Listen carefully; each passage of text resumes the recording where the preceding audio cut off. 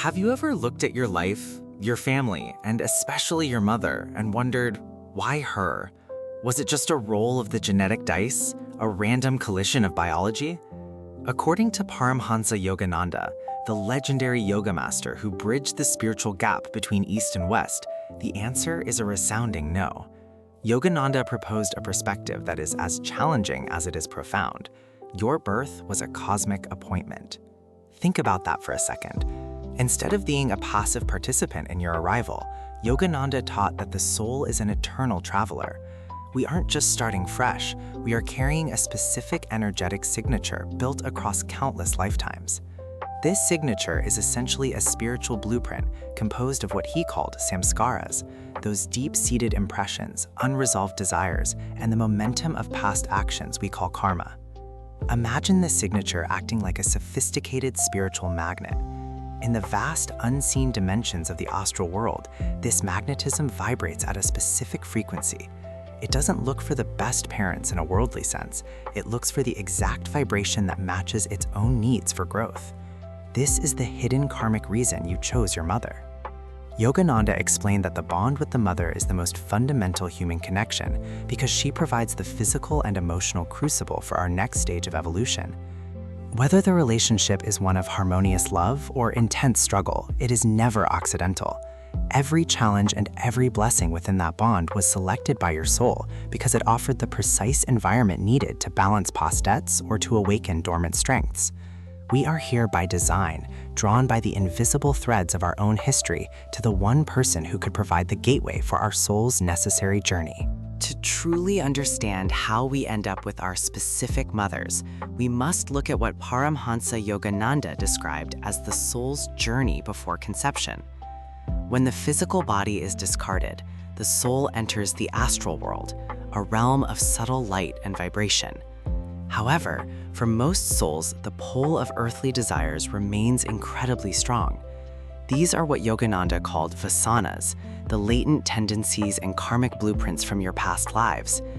Think of these vasanas as a specific spiritual frequency you are constantly broadcasting into the ether. While the soul is in this astral state, it remains tethered to the physical world by these unfulfilled desires. Down on Earth, when a man and a woman are united, they do more than just combine DNA. They create a flash of astral light that acts as a beacon. This light isn't visible to the human eye, but in the astral realm, it acts like a magnetic attractor. Crucially, the soul that matches the specific frequency of that light, based on its own karmic needs, is vibrationally drawn into the womb. This means you didn't just happen to be there. You were compelled to be there because that specific mother offered the laboratory your soul required. Every challenge or blessing that mother provided was part of a precise environment necessary for your spiritual evolution. You weren't a passive observer in this process. Your own vibrational signature sought out the exact conditions of your birth. This karmic attraction ensures that we are placed exactly where we can best work through our past imprints. Your family isn't an accident. It's the primary workshop for the soul's ultimate liberation and growth. At the heart of Yogananda's teaching is a radical shift in perspective regarding the law of karma. We often view life as a series of random events or biological accidents. Deposits that we are the sole architects of our own destiny.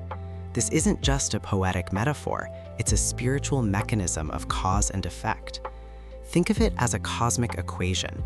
Your current environment is the sum of your past actions and your present soul requirements. Imagine your soul as a magnet, carrying the energetic charge of every action, thought, and desire from previous existences. This vibrational charge determines your landing spot in the physical world. If you have spent lifetimes cultivating qualities like kindness, intellectual curiosity, or artistic talent, you aren't just lucky to have a supportive mother. You have essentially attracted a nurture-rich environment where those specific seeds can bloom. In this sense, a mother acts as the fertile soil for the character traits you have already spent centuries planting. But what about the friction? This is where the analysis gets truly profound. Yogananda explains that karmic debts, those unresolved knots of anger, impatience, or the inability to forgive, require a specific arena to be settled. If you need to master the art of patience, you might be drawn to a mother who challenges you daily. She provides the primary resistance necessary to forge your character. It is much like a weightlifter needing heavy plates to build strength. The resistance isn't an obstacle, it's the tool for growth. This isn't a punishment from a judgmental deity, but a divine opportunity to balance your own internal scales. The mother serves as the first mirror in which the soul sees its own reflection. If the reflection is difficult to look at, it's because the mirror is showing you exactly where you need to heal and evolve. So, when we look back at this intricate dance of reincarnation, Yogananda points to one primary driver: unfinished business. This isn't just a metaphor, it is a literal magnetic pull. If a bond of love was left unfulfilled, or a debt of patience was left unpaid in a prior life, the law of karma ensures those two souls are drawn back together. In many cases, the rules are completely flipped. The person who was once your child might now be your mother, providing you the exact perspective you lacked when you were the one in charge. It is a cosmic balancing act meant to foster deep, universal empathy. This relationship serves as the most intense training ground for the human ego. Think of it as a customized curriculum, meticulously planned before you even took your first breath. Your soul didn't just stumble into this family. It signed up for a specific syllabus designed to burn away your unique delusions, or Maya. If you struggle with pride, you might choose a mother who challenges your need for constant validation. If you struggle with fear, you might choose one whose own vulnerability forces you to find your own inner strength. Yogananda explains that through the complexities of human attachment, we are actually learning to rediscover our divine nature. The mother-child bond, with all its heat and friction, is a crucible. It forces us to move beyond the narrow confines of I and mine and toward a love that is increasingly selfless. The ultimate resolution here isn't just about fixing a difficult relationship. It's about recognizing that the person who gave you life is also the catalyst chosen to help you transcend the ego. By navigating these karmic knots, we fulfill a spiritual contract that leads us back to the realization that we are, at our core, sparks of the divine. Paramhansa Yogananda taught that the relationship between a mother and child isn't just a biological coincidence, it's a profound spiritual mirror. He described the mother as the earthly representative of the divine mother, the feminine, nurturing, and compassionate aspect of the Creator. Think of it as the cosmic blueprint for unconditional love translated into human form. The soul, in its long journey toward enlightenment, specifically seeks out a mother who can provide the closest human approximation of this divine care. It's a magnetic pull toward a specific frequency of affection that the soul needs for its next stage of development. Now, we have to address the complexity here. What if the relationship is difficult? Even in cases where the human mother is flawed or the bond is strained, Yogananda pointed to a deeper spiritual mechanics at work. He suggested that the biological and spiritual impulse to care for a child, however imperfectly expressed, serves as a fundamental lesson in selflessness. The mother, by the very nature of her role, must practice the art of putting another's needs before her own. For the child, being born to a specific woman is a strategic entry point into the world. It's the soul's primary encounter with the nurturing principle that sustains the entire universe. By experiencing this bond, the soul begins to decode how to receive love and, eventually, how to give it without expectation. This earthly connection acts as a bridge, leading the soul from the personal, localized love of a human parent toward the vast, all-encompassing love of the divine. Through the mother, we catch our first glimpse of a grace that exists beyond logic, teaching us that the universe itself is not a cold void, but a fundamentally nurturing presence. Perhaps the most jarring idea Yogananda presents is that we don't just choose the loving, supportive mothers, we also choose the ones who appear cold, neglectful, or even abusive.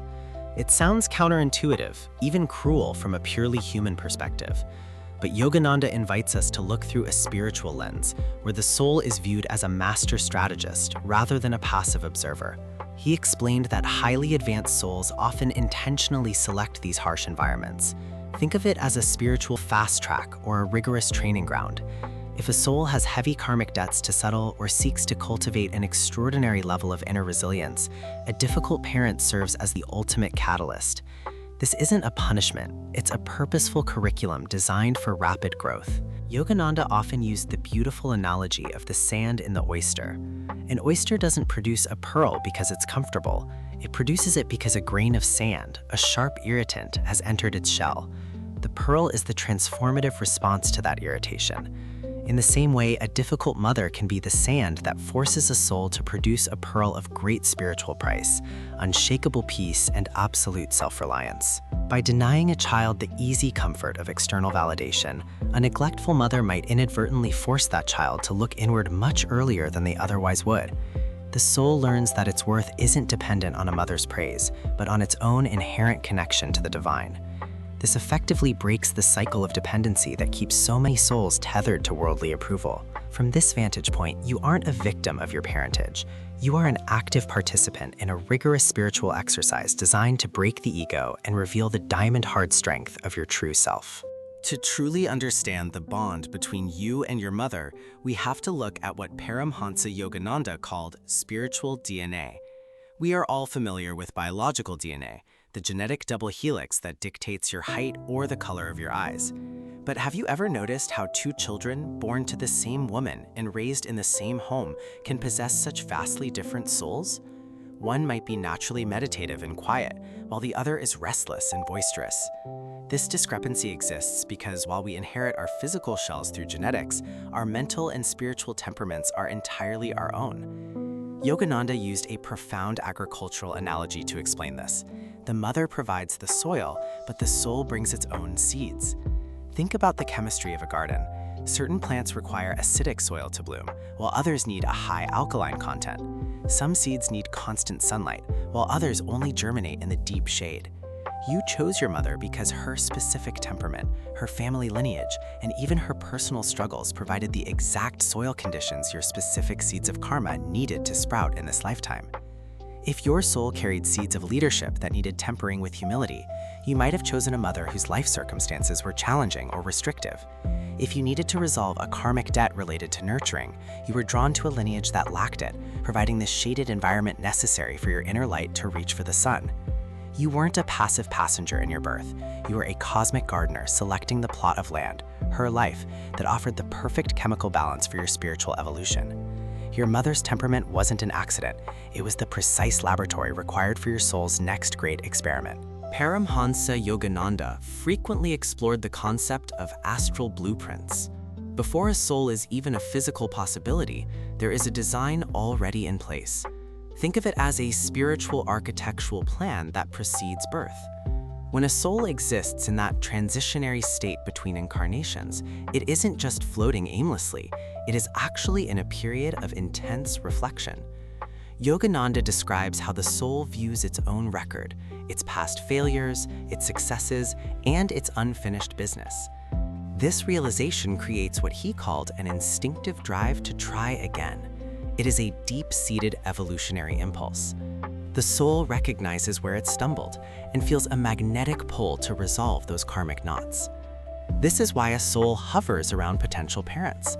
It is searching for the precise environment that will allow it to continue its growth. The choice of a mother is a sophisticated matching process. It is a blend of the soul's conscious desire for progress and the unconscious magnetic pull of its past actions, or karma. The mechanics of this are quite specific. Yogananda taught that the mother's biological and emotional state at the time of conception creates a unique portal. Think of it as a vibrational gate. The mother's frequency at that moment, shaped by her thoughts, her health, and her own karmic history, acts as a filter. Only a soul with a compatible vibration can pass through. If the parents are in a state of high spiritual aspiration, they attract a soul seeking that light. If there is a specific karmic lesson involving struggle, the astral blueprint of a soul needing that lesson will resonate with the physical portal being opened. It is a perfect mathematical alignment of destiny and biology. Yogananda often spoke about the mother-child bond as the ultimate laboratory for the soul's development, specifically through the lens of sacrifice. You see, when we choose our mothers, we aren't just choosing a caretaker, we are choosing a profound teacher of selfless service.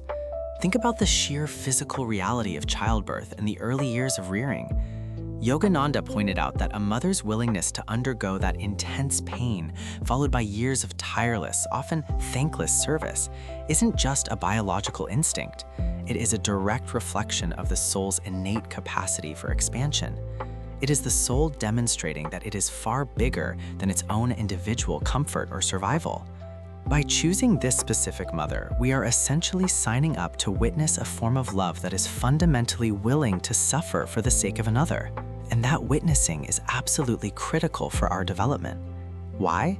Because most of us start our journey heavily anchored in what Yogananda described as the I, me, and mine consciousness. We are naturally self-focused and protective of our own interests. But when we observe a mother consistently putting our needs above her own rest, her own hunger, or her own personal desires, it creates a radical ripple effect in our own consciousness. It directly challenges the ego's dominance. This observation moves the individual away from that narrow, isolated sense of self and toward a much broader, more inclusive understanding. It's the first real-world lesson in the interconnectedness of all life. We begin to realize that our well-being is deeply tied to others, and that true love is measured by expansion rather than contraction. This sacrifice expands the mother's soul, and by witnessing it, we begin the process of expanding our own. Healing the relationship with your mother is one of the most profound shifts a person can undergo on their spiritual path. Paramhansa Yogananda taught that this healing begins the moment we stop viewing ourselves as victims of our upbringing or our childhood circumstances. Instead of pointing fingers at her limitations or her mistakes, we start to see the relationship as a cosmic contract. You didn't end up in her care by some cosmic accident. Yogananda spoke of a precise karmic magnetism that drew your soul to hers. She provided the exact environment your soul required for its next stage of development. When you realize you chose your mother specifically for the lessons she could facilitate, whether through her virtues or her vices, the entire dynamic changes.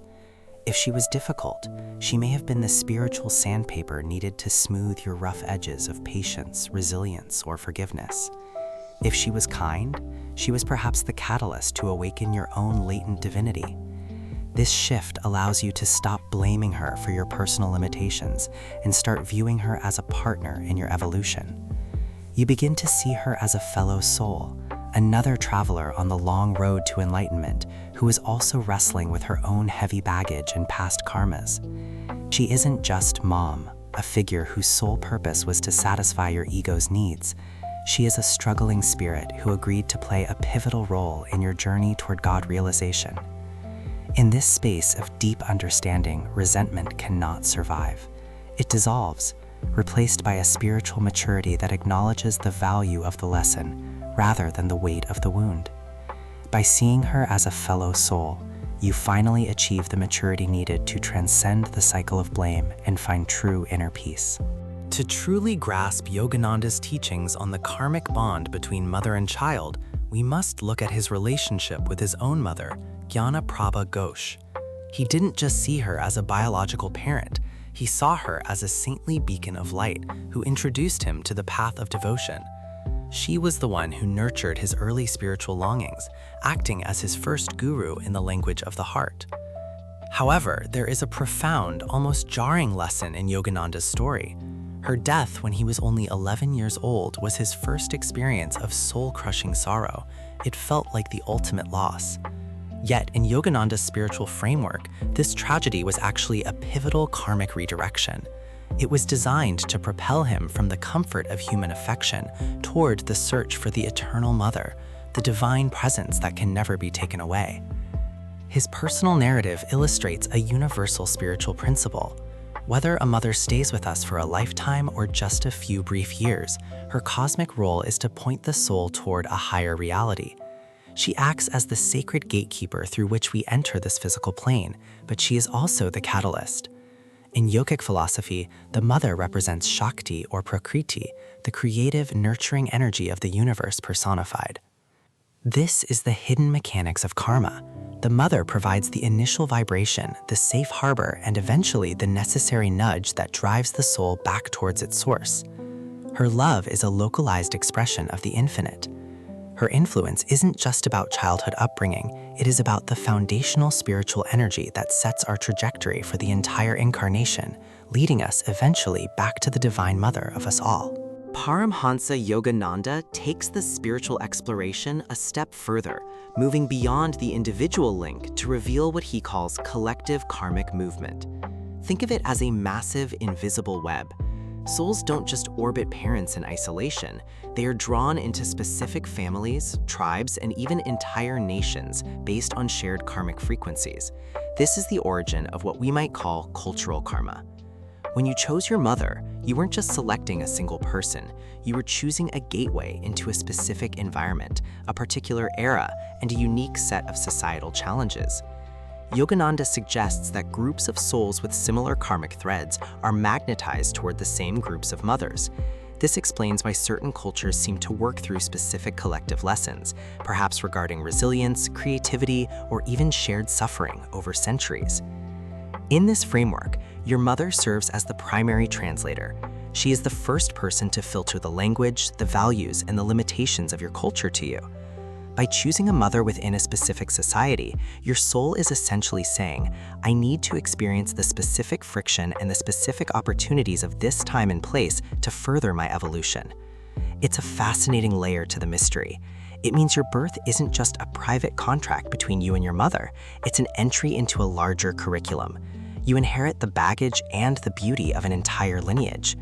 Your mother acts as the initial guide, helping you navigate these collective waters so you can eventually contribute back to that culture or learn how to rise above its specific limitations. Understanding this shifts the perspective from, why did I get this mother, to, what is this entire environment trying to teach my soul? If you're sitting there thinking, wait a minute, I would never choose a mother who caused me severe pain or trauma, Yogananda offers a perspective that is both challenging and deeply empowering. He calls it soul bravery. This isn't about excusing harm. It's about recognizing the immense hidden strength of your own consciousness. According to this spiritual insight, the most advanced and courageous souls don't look for the easy path. Instead, they often volunteer for the most volatile family dynamics because they are seeking rapid purification. Think of it as a spiritual fast track. Yogananda suggests that we should view a difficult mother not as an enemy, but as a stern teacher. This teacher was chosen by your soul to act as a catalyst. Just as we use intense heat to refine gold, your soul uses these high-pressure environments to burn through layers of old karma that might otherwise take dozens of lifetimes to resolve. It is a process of extreme acceleration. By shifting this narrative, you reclaim your power. You stop seeing yourself as damaged by your upbringing and start seeing yourself as tempered. It's the difference between a piece of iron being discarded and a piece of steel being forged in a deliberate furnace. The heat, the trauma, the neglect, the constant criticism is a spiritual fire designed to make you unbreakable. This perspective transforms you from a passive victim of circumstance into an active participant in your own evolution. You weren't broken by your mother. You were sharpened by the very challenges you, at a soul level, knew you were strong enough to master. You are not a byproduct of a broken home. You are the architect of a profound awakening that required the hardest training ground available. The whole point of digging into these deep, often painful karmic roots isn't just for psychological relief, it's for moksha, or ultimate liberation. Paramhansa Yogananda taught that our relationships, especially with our mothers, are the primary training grounds for the soul. He often spoke about the knots of the heart, or hridaya pranti in Sanskrit. These are the energetic entanglements where our ego-driven desires, fears, and past life impressions become tightly coiled. The relationship with the mother is perhaps the strongest knot of all because it is our very first point of contact with human emotion and the material world in any given life. When we finally resolve the karma we hold with our parents, we aren't just getting along better at the dinner table, we are literally untying a spiritual obstruction that holds the soul in bondage. Yogananda emphasized that the true sign of success is when you can look at your mother and feel a profound sense of peace and gratitude, coupled with what he called detached love. This isn't a cold or distant love. Rather, it's a love that is no longer reactive or transactional. It's not based on what she gave you or failed to give you, but on a soul-level recognition of the divine spark within her. Once you reach this state of neutral, expansive love, you have fulfilled the specific purpose of that incarnation. You've mastered the curriculum of that specific soul contract. Think of it like graduating from a very intense, multi-lifetime course. Yogananda taught that once these lessons of selfless love, radical forgiveness, and self-realization are fully integrated, you no longer need to return to the school of earthly parenthood. The cycle of rebirth driven by that specific karmic longing or conflict ends, finally allowing the soul to ascend towards total freedom. Paramhansa Yogananda's teachings offer a profound perspective. Every life is a masterpiece of divine planning. The woman you call mother is not a random occurrence or a biological accident. She is the precise instrument required for your soul's specific stage of awakening. Yogananda suggests that before we are born, our souls are vibrationally drawn to the parents whose karmic patterns, what he might call the bija or seeds of past actions, most closely align with the lessons we need to learn. Think of the mother as the soil for the soul's seed. She doesn't just provide the physical vehicle, the complex biological blueprint of your body. She also provides the primary emotional landscape. This landscape acts as a spiritual gymnasium. If your mother was a source of great comfort, she was the vessel through which the Divine Mother's unconditional love could manifest, anchoring you in peace. But what if the relationship was difficult? Yogananda explains that this too is a hidden karmic grace. These challenges are often the very friction needed to polish the diamond of your soul, forcing you to develop resilience, profound forgiveness, or a deeper internal reliance on spirit. By honoring this hidden karmic reason, we shift from being victims of our upbringing to being conscious participants in a divine drama. We begin to see our mothers not just through the lens of their human flaws, but as souls who took on a monumental role in our evolution. When you recognize the divine hand that guided you into her arms at the very start of your journey, the relationship transforms. It becomes a sacred path. You realize that in the vast, intricate mechanics of karma, she was the perfect gateway for you to enter this world and ultimately find your way back to the infinite. In conclusion, the profound insight that you chose your mother fundamentally alters the landscape of your personal history. It shifts the entire focus from a story of being dealt a random hand of cards to a narrative of intentional, internal soul growth. Yogananda teaches us that the magnetism of our own past actions, our latent tendencies or samskaras, functions like a precise spiritual GPS. This law of attraction guides the discarnate soul to the exact vibrational environment and parental frequency it requires to work through its specific karmic debts. This isn't merely a biological accident, it is a spiritual necessity. When we look deeper than the human personality, the individual flaws, or the various dramas of the woman who raised us, we begin to perceive a divine architecture at work. We must consider the karmic equation. If the soul is a complex sum of past desires, then the mother is the primary mirror reflecting those elements back to us. Whether the bond was one of profound, saintly nurturing, or one characterized by intense struggle and karmic sandpaper, it served as the necessary crucible for your current incarnation's evolution. Yogananda's enduring legacy is this urgent call to live with heightened awareness. He challenges us to recognize the sacredness in our origins, viewing every early interaction through the lens of spiritual utility. By acknowledging this hidden karmic reason, we unlock a secret key to our own destiny. We realize that the complexities of the mother-child relationship are not obstacles to our spiritual path, but the very terrain of the path itself. Ultimately, this journey leads us back to the divine. The earthly mother is the first representative of that cosmic love, and by understanding this bond, we facilitate our soul's eventual return to the infinite.